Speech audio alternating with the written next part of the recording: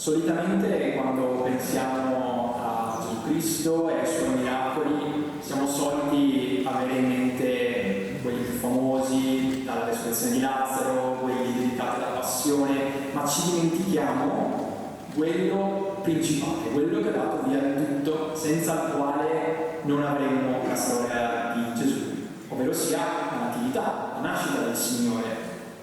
Fin dall'inizio era stato considerato dagli antichi il grande mistero o magnum mysterio, e vi sono state create diverse composizioni corali che attingevano proprio a tale evento. Ha affascinato tutti i compositori più antichi fin da Palestrina, nel Rinascimento italiano. Noi la eseguiremo in una rielaborazione di un grande della comunità veneta e italiana, nonché amico, Manolo D'Arolda. È un brano dalle armonie molto complesse, ma ricche, che scaldano il cuore.